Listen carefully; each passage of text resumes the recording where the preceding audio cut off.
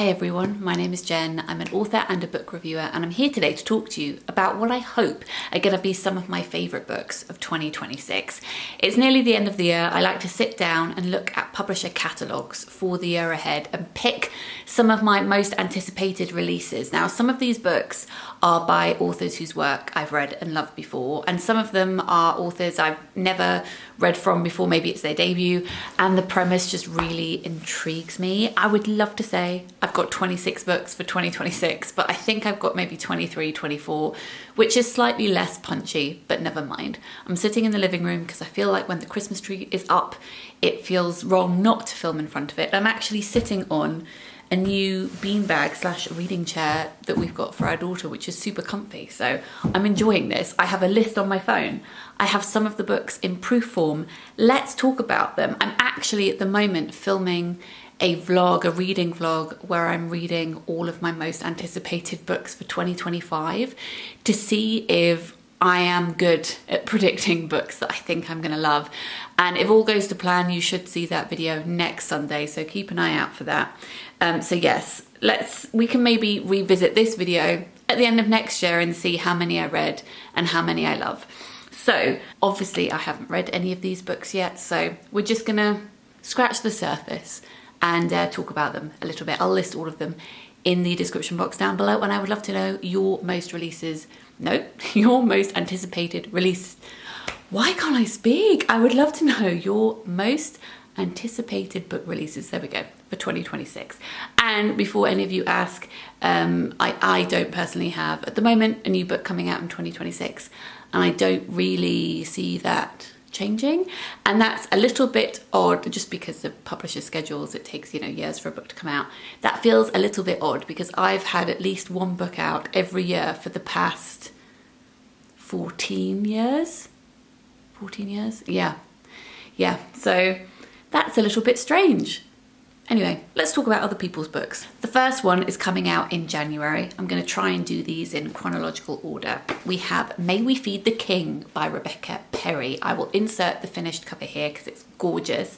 And I have read both Rebecca's creative non-fiction. She wrote a book called On Trampolining, which was about her experience of trampolining, but also incorporated fairy tale. And I also adore her poetry. This is her debut novel. So let's look at the blurb. It says, she is a curator who spends her time dressing the rooms of historic buildings, but in the lush private quarters of a medieval palace, she finds herself so transfixed by the reign of an almost forgotten king that the edges of her life begin to blur. He is a reluctant ruler, rushed to the throne after the untimely deaths of his older brothers, but he resists the crown. It isn't long before whispers begin to fly around the court, and with the growing belief that the king is not fit for the throne, comes the idea that another might rule in his stead. I find Rebecca's writing so beautiful. I'm really excited to read this and see what her fiction is like. Then also in January, we've got Glyph by Ali Smith. Now, I need to read the other Glyph before I read this one. So if you haven't heard, Ali Smith has brought out or is bringing out two books, and they are homophones. So one is spelled Glyph IFF and one is Glyph GLYPH, and this is the latter. Her writing is normally quite experimental, political. She often uses her characters to talk about important things, and some people find that frustrating. I love it. So this one says, it all starts when Petra and her little sister Patch hear a horrifying story from the past and find themselves making up a ghost. Is it imaginary? Is it real? This already sounds so playful and fun. Then it all starts again 30 years later when Petra, now estranged from Patch, finds a phantom horse kicking the furniture to pieces in her bedroom. I can already imagine this scene written by Ali. Okay, I'm not going to read the rest because I haven't read the first book in the duology, I guess we call it. But the end of the blurb says, this anti-war novel is Ali Smith's most soulful, playful and vital yet. It is a work of lightness that goes deep to counter the forces currently flattening the modern world. I feel like a good dose of Ali Smith can make you feel marginally better about world events, which, let's be frank, is a big ask at the moment. Then in February, I think, yes, the 12th of February, we have got Queen. This is a new Faber edition. So Faber are reissuing forgotten classics. I've been enjoying reading quite a few of those.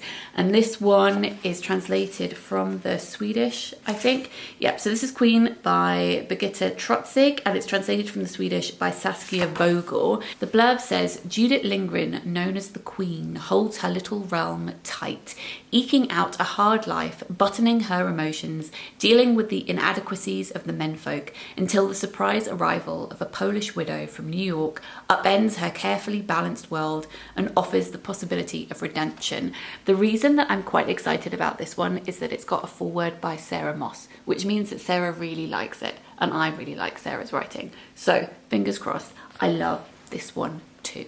The next one I happened across by chance, and I don't know why, but it is giving me Miranda July vibes, and I really enjoyed reading all fours this year. It's called Lost Lambs, again, an excellent cover, and it's by Madeline Cash. It's out in February. It's about 3 daughters, and it sounds quite farcical. It says, for the 3 Flynn daughters, it's been a disastrous time since their parents opened up their marriage. Abigail, the eldest, is dating an ex-soldier several years her senior, nicknamed War Crimes Wes. Louise, the middle child, maintains a secret correspondence with an online terrorist, and the brilliant youngest Harper is due to be sent to a wilderness reform camp due to her insistence that someone or something is monitoring the town's citizens. I think this just sounds a little bit bonkers, and I'm here for it. Next, we've got another one of the Pushkin Japanese novella series.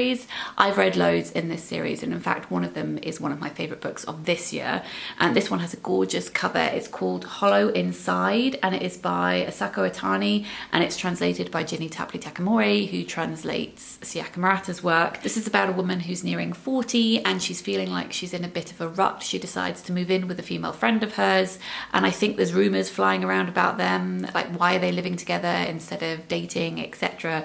And then she decides that she's going to start trying to date again, and she becomes embroiled in dating apps and all of that drama. It says Harai meets more painfully adequate men and frets about freezing her eggs again. Surely there must be another way to feel less hollow. Witty and deadpan, Hollow Inside is a wonderfully skewed story of 2 single women trying to carve out their space in a world full of couples. Sounds great. Before I talk about any more books, I just want to quickly talk about the sponsor of today's video, which is Serious Readers. So I'm going to cut to me yesterday evening to have a chat with you for 2 minutes about that.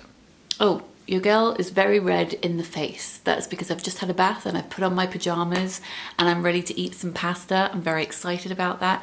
I cooked some bolognese in the slow cooker today, and don't you love it when you make a meal in a slow cooker and it feels like you've put in so much effort because it's been cooking for hours and it's delicious, but really the effort that you put into it was minimal. Love that for me and my stomach. So I'm going to eat that, going to read for a little while, and then Mr. M and I have started watching a TV show called Culinary Class Wars, which is a Korean cooking show, and we're very much into that. So I'll watch a little bit of that and then I'll fall asleep and go to bed and it'll be beautiful. So that is the plan. The reason I'm filming at this time is because if I do any, I was going to say in-person reading, that's not what I mean, any physical reading or physical books as opposed to, you know, in my ears audiobooks. When I'm doing reading of books, it tends to be at night. So I thought I would show you this reading light in the light that I use it, which is mostly in the dark, lit up at the moment by a Christmas tree. So this portion of the video is very kindly sponsored by Serious Readers. They make reading lights, and this is one of them. This is a high definition light. It is a floor light, and they are a small UK based company. They make all their lights here in the UK, and they invented something called daylight wavelength technology, which mimics daylight as closely as possible. Their lights are so good that they're used in spaceships and also in submarines, so you know that they're going to be good. I've been using this for 5 years and I absolutely adore it, and if you would like to check them out, I will link them in the description box down below. They very kindly sent me a code which you can use, which is just Jen. Nearly forgot it for a second, it's just my name. Jen, and that gets you £150 off either an HD Pro or HD Essential light. They have lots of different models, so go and check out, see which one you think would be best for you if you're in the market for a new reading light. They have a 5-year warranty, and at the moment they're doing an extended 90-day free trial of their HD Pro lights. I love what they do. They're fantastic. Go check them out, and thank you very much to Series Readers for sponsoring this video. Next we have another Nicci French book. They release a book pretty much every year, and if you missed it and if you're interested, a couple of years ago I filmed a video where I reviewed all of their books, which at that point was maybe 23, and they've released obviously a few more since then. So if you want a rundown on my favorite books and where to start with them, I'll link that video in the description box down below. They used to only have one series, which was the Frida Klein series, and the rest of their books were standalone, but recently they have started a new series. It is less of a series, how many times can I say series, than the Frida Klein books, because in these books, at least so far, this is the third one that's about to come out, in the first half of the book you follow a crime, you follow the family or a couple who are involved in this crime, and then in the second half you follow a police officer. That police officer is called Maud O'Connor. So you do find out personal things about her in the books, but it's really about how she's solving the crime. So I would argue that you could read them in any order, but you should probably start with the first one if you want to get involved in the series, you know, properly get to grips with it. So this one is called Tyler Green Will Never Be Free. I don't really want to know anything about it because it's the third in the series, but the first one, if you want to start at the beginning, is called Has Anyone Seen Charlotte Salter? And I want to give a shout out to the audiobooks because the audiobooks are great. Weirdly, the first two were narrated by different people, so I don't know who the third book is going to be narrated by. I look forward to finding out. So that one is out in February. Then in February we also have a new crime book from TM Logan, whose work I have very much enjoyed. Some of his books tend to be a little bit ridiculous. Maybe I have loved some more than others. I think some have felt a little far-fetched to me. I don't really enjoy crime books to do with organised crime. So those ones I haven't loved so much, but I have loved his family dramas. And this one seems like it's going to fit into that category, so I'm excited. It's called The Weekend. It says 6 friends, 5 secrets, 1 holiday to die for. Welcome to the weekend. When a group of friends rent a converted farmhouse in the Yorkshire Dales, they have little idea that this one weekend may change the course of their lives forever. While out on a walk, a storm descends and the friends take shelter in the mouth of an old lead mine. Inside, they discover a backpack filled with more money than they have ever seen. Of course, they agree.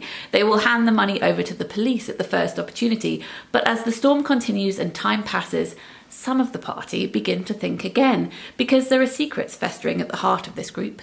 Debt, obsession, a career on the brink, problems that could be solved instantly with an unexpected windfall, and perhaps they don't know each other as well as they thought they did. That sounds like it's going to be a really good time. So I'm excited by that, and I'm also excited by this book by an author I haven't read work from before, called Best Offer Wins by Marisa Kashino, which is also coming out in February. Similar vibe, as in betrayal, possibly. How far would you go to get the perfect home? There was a time when Margot thought she knew, but that was before a soul-destroying 18 months of house hunting hell.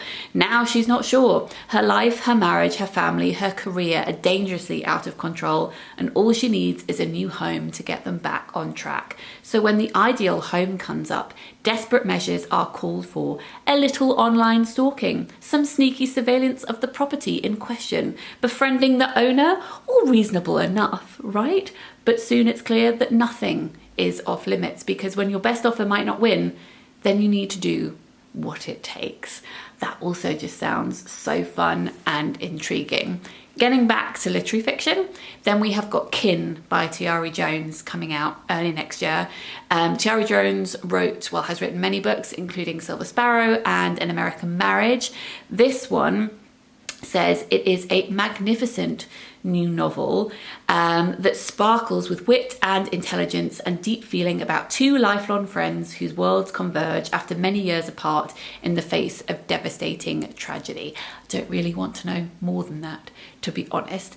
in the spring, I assume in March, I think we're getting a new book, delving into a whole nother genre here, from Alice Melvin, who writes children's books. I've spoken about her books before. I'm obsessed with them. My daughter is obsessed with them. She's written a series of books called Mouse's Wood. And there's Mouse's Wood, Mouse on the River, Mouse by the Sea.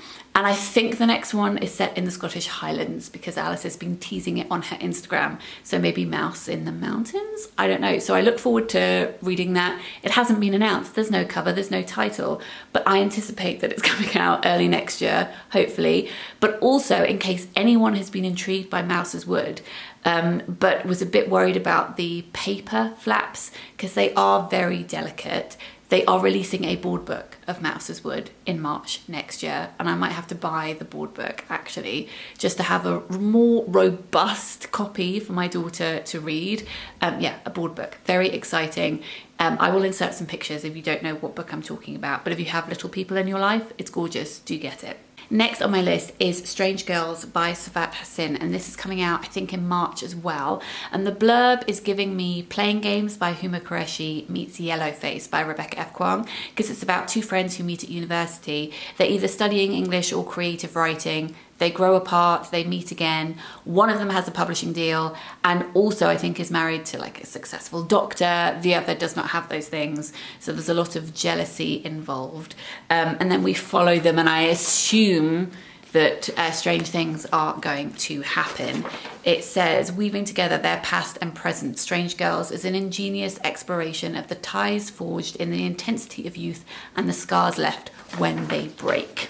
Also early next year, we have got a new novel by Eliza Shua-Dussapan, who is published by Daunt Books. She writes in French and it's translated by Anissa Abbas-Higgins. She wrote Winter in Sokjo, The Pachinko Parlor, and a few other books, and I really enjoy her writing. This one is about sisters. I don't really want to know more than that. I know they're coming together, I think, after the death of a parent, and they haven't seen each other in 15 years, but it's such a small book that I don't want to spoil anything, and her books are always so atmospheric, so I look forward to sinking my teeth into that. Then we have a new book from Polly Barton. You may know her best as a translator. She translates Japanese fiction. She also wrote a book about translation, and another non-fiction book as well, but this is, I think, her debut novel. So it's called What Am I, a Deer, and it's published by Fitzcarraldo, so it will be blue, it will look like this, and the blurb just sounds so interesting.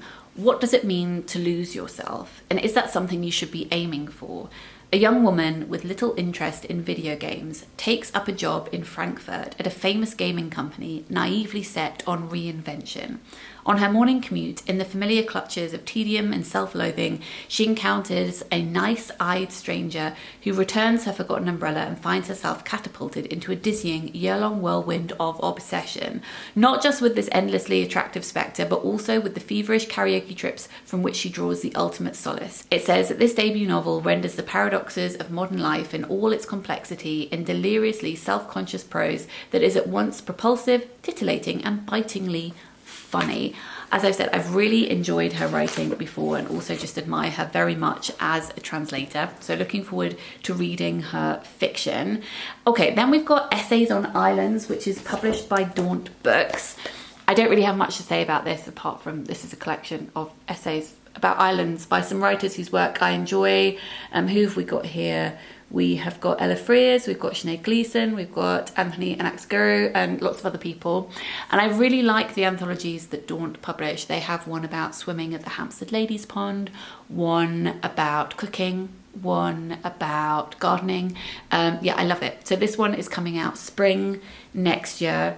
And then we've got another book by Mieko Kawakami. Now, I have such a hit and miss relationship with her writing. To be honest, mainly miss. The only book of hers that I have loved is Miss Ice Sandwich. Breasts and Eggs, Heaven didn't really work for me. So we'll see if I love this one. It's called Sisters in Yellow. And it says, Hana has nothing, but she's hopeful. She's 15 years old. She lives in a tiny apartment in a suburb of Tokyo with her young mother, a hostess at a local dive bar. They have no money, no security. Then Kimiko appears. Kimiko is older, a bright light in Hana's dark world. Together, they set up Lemon, a bar that, despite its shabby setting and seedy clientele, becomes a haven for Hana. Suddenly, Hana has a job she loves, friends to share her days with, and the glittering promise of money. She feels like a normal girl. She feels invincible. It's about enduring friendship and deep betrayal. Lovely. Then we have got 2 books by Naokari Yamazaki, whose work I've read before. They have pamphlets published by Strangers Press, which is a publisher I've talked about before. And they have 2 books being published by Daunt Books next year. Jamina, who is the publicist for Daunt Books, put this post-it note on this one, which is called Beautiful Distance, saying you might need tissues for this one. This is translated from the Japanese by Charlotte Goff, and I think this is about a man whose wife is dying. And then this is Don't Laugh at Other People's Sex Lives, which is translated by Polly Barton, who I was talking about before. And this one is about a relationship, I think, between a student and a teacher. Speaking of Japanese fiction, we then also have a new book by Asako Yuzuki, who wrote Butter, which is a book that did I include it on my favourites last year? It nearly made it. There were elements in this book that I absolutely adored, but I thought it didn't really all come together at the end. This is also translated by Polly Barton, but her new novel is called Hooked. It's coming out in March. It says, Ariko's life appears perfect. Devoted parents, spotless apartment, and a job in the seafood division of one of Japan's largest trading companies. Her latest project, to reintroduce the controversial Nile perchfish into the Japanese market, niche, is characteristically ambitious, but beneath her flawless surface, she is racked by loneliness, and then she becomes fascinated with a popular blog written by a housewife called Shoko. I think she then tracks her down. So I'm getting elements of Butter, her previous book, but also maybe elements of I'm a Fan by Sheena Patel. I'm so intrigued by it, and the cover is absolutely gorgeous. Next on my list, we have a book by Jan Carson. I've really enjoyed Jan's work in the past. I enjoyed her novel, but I really, really love her short stories. She wrote a collection of short stories called The Last Resort, which blew me away. If you have read Sarah Moss's Summer Water, it was like a sister book to that. In fact, I think they even did events together because they came out around the same time. Beautiful, beautiful writing. What is this one about? I actually haven't read the blurb of it before because I just knew, obviously I want to read it because it's written by Jan Carson. Okay, this sounds so good. It's called Few and Far Between, and the beginning of the blurb just says, in this novel, Jan Carson imagines an alternative version of Northern Ireland's recent past, a prime minister with a mad plan to create a new country, an archipelago of haunted islands, a community seeking refuge from the Troubles, the perfect place to escape to, or so it appears. I mean, how good does that sound? Okay, then we have The Things We Never Say by Elizabeth Strout. I have read a couple of her books when I've done prize reading the Booker Prize and the Women's Prize, and have delved into her Lucy Barton universe. If I'm not mistaken, I think that this isn't set in that world, so that is quite exciting. I've really enjoyed those books, but obviously I haven't read the whole series, so I've always felt like I'm missing out a little bit. But this one is about someone called Artie Dam, who is living a double life. It says that Artie appears to be happy. He has a wife, he has a job that he enjoys, but he feels feelings of deep isolation. And then one day he learns that life has been keeping a secret from him, one that threatens to upend his entire world. Then we've got Hunger and Thirst by Claire Fuller. I've read several of her novels in the past and really enjoyed them. This is about a friendship gone wrong, I think. So it is about a girl who finds herself in a new job in the post room of a local art school in 1987, and she makes friends with a girl called Sue, who is a bit of a wild child. And then Sue's behaviour and demands become quite extreme, and because Ursula has always been seeking love, she goes along with Sue and does some maybe questionable things. And 36 years later, Ursula is a renowned reclusive sculptor living under a pseudonym in London when her identity is exposed by a true crime documentary maker who's digging into an unsolved disappearance. Don't want to know more than that. Sounds really great. Then in the summer, we've got All In by Claire Powell. I read her debut novel, I think it was her debut, called At the Table a few years ago and loved it. It was a family drama where you followed the family members when they met for meals together. So you might not see them for several weeks or months, and then you would get another meal and you would fill in all the details. If you haven't read that, I would really recommend it. The audiobook is great. This one is about a marriage on the rocks, a family in disarray, a weekend in the sun at a luxury all-inclusive hotel. What could possibly go wrong? I know that this is also about IVF, so content warning for that. See, I have been through IVF, a lot of it myself, so that is something that appeals to me in this. I don't want to know too much about it because I want to go in and just be completely immersed. And then finally we've got Land by Maggie O'Farrell, who is obviously the author of Hamnet and many other books besides. I feel like her recent books have been very different to her older novels, and I find it all very exciting. So this one is a historical novel set in Ireland in the years before and after the Great Hunger. Land is a novel about separation and reunion, tragedy and recovery, colonization and rebellion. I think it's about a father and son. Did I read that somewhere? I feel like that is correct. If it's not, I will correct myself on the screen. But again, I didn't want to know too much because I love her writing and I would like to just dive in. Thank you very much for joining me for this video. I would love to know if you are intrigued by any of these books or if there are any other books that you are excited about that are coming out in 2026. Let me know in a comment down below. Thanks so much to Serious Readers for sponsoring this video. If you are new to my channel and you enjoyed this video and you would like to subscribe, that would be lovely. And if you enjoyed the content that I put out and you would like to consider subscribing to my Patreon, that'd be very kind. That is also linked in the description box down below. Currently doing Vlogmas over there where I'm uploading a video every day from the 1st to the 24th of December. If that interests you, it's £2 for the entire month. I will see you hopefully for a new video next Sunday, and I'm sending lots of love. Bye.